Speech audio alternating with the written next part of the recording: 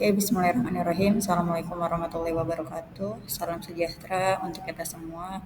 Pada pertemuan minggu ini, Ibu akan mempresentasikan materi mengenai sistem kesehatan, khususnya membandingkan sistem kesehatan antara negara maju dan negara berkembang, serta tantangan-tantangan global yang sedang dihadapi.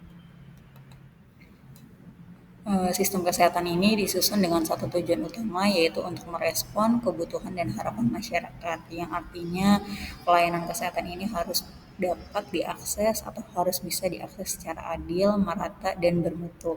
Hal ini sejalan dengan amanah dari Undang-Undang Dasar 1945 bahwa setiap orang ini berhak untuk hidup sehat dan berhak mendapatkan pelayanan kesehatan. Beberapa faktor utama yang menentukan kualitas sistem kesehatan diantaranya yaitu ada governance atau dari tata kelola pemerintahan, kemudian pendanaan atau sistem pembiayaan, kemudian ada juga SDM sumber daya manusia di bidang kesehatan. Negara-negara yang mampu menyatukan ketiga elemen ini cenderung memiliki sistem kesehatan yang lebih efisien dan adil. Oke, terkait tantangan global, dunia ini berubah dengan sangat cepat dan kita ini harus siap untuk beradaptasi. Hal ini juga berlaku dalam sistem kesehatan baik negara maju maupun negara berkembang dituntut untuk meningkatkan mutu layanan demi menjawab perubahan zaman dan kebutuhan masyarakat yang terus berkembang. Pelayanan kesehatan primer di negara maju umumnya lebih terstruktur dan berkualitas dibandingkan di negara berkembang. Fokus negara maju adalah pada efisiensi, pemerataan, dan kualitas teknis pelayanan agar waktu tunggu pasien ini bisa diminimalisir dan hasil pengobatan lebih optimal. Sebagai contoh, di Meksiko proses diagnosis penyakit bisa sangat lambat, sementara di Australia status kesehatan masyarakat sangat baik karena pendanaan kesehatan ini berasal dari pajak yang kuat. Sedangkan di Kanada dan Inggris, layanan kesehatan primer seperti puskesmas lebih sering digunakan dibandingkan Amerika Serikat. Sistem pelayanan kesehatan di negara maju dirasakan lebih baik daripada negara berkembang. Petugas pelayanan medis di Amerika Serikat terkait persentase dokter spesialis mereka lebih tinggi, sekitar 60%. Sedangkan Australia, Kanada, dan Selandia Baru ini mereka lebih banyak bergantung kepada dokter umum dan dokter keluarga.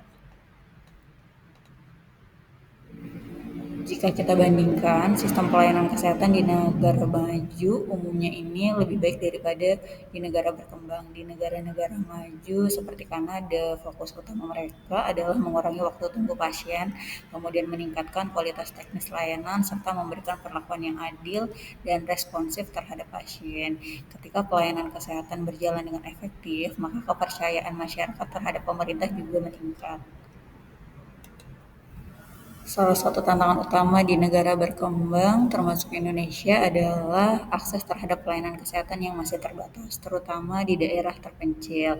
Sebaliknya, di negara maju, akses diperluas melalui layanan seperti hotline kesehatan untuk 24 jam. Kemudian ada telemedicine dan rumah sakit yang terdistribusi secara merata. Rata-rata di India, Cina, mereka ini harus mencapai RS ini lebih dari 1 jam. Jadi pemanfaatan pusat layanan primer juga masih rendah di negara Cina. Kualitas perawatan yang buruk dan kurangnya kepercayaan pada lembaga perawatan primer ini merupakan alasan yang paling umum bagi masyarakat untuk melewatkan mendatangi pusat layanan primer dan lebih memilih langsung pergi ke RS. Penyedia layanan kesehatan juga di mana mestinya. Jadi di India, bidan ini di fasilitas kesehatan hanya melakukan 40% dari item. Oke, di Indonesia salah satu indikator pelayanan kesehatan adalah lamanya waktu tunggu. Kemudian lama waktu tunggu ini dihitung dari saat mendaftar sampai mendapatkan pelayanan medis. Dari hasil Susenas, survei ini pada tahun 2016 memperlihatkan bahwa waktu tunggu di atas 30 sampai 60 menit diakui sebanyak 37,5% untuk pasien rawat jalan, sedangkan pasien rawat inap lebih besar yaitu 45,43%. Sementara pada negara maju, permasalahan akses ini terletak pada lamanya mendapatkan perjanjian ketika akan berkunjung dengan lebih sedikit waktu menunggu.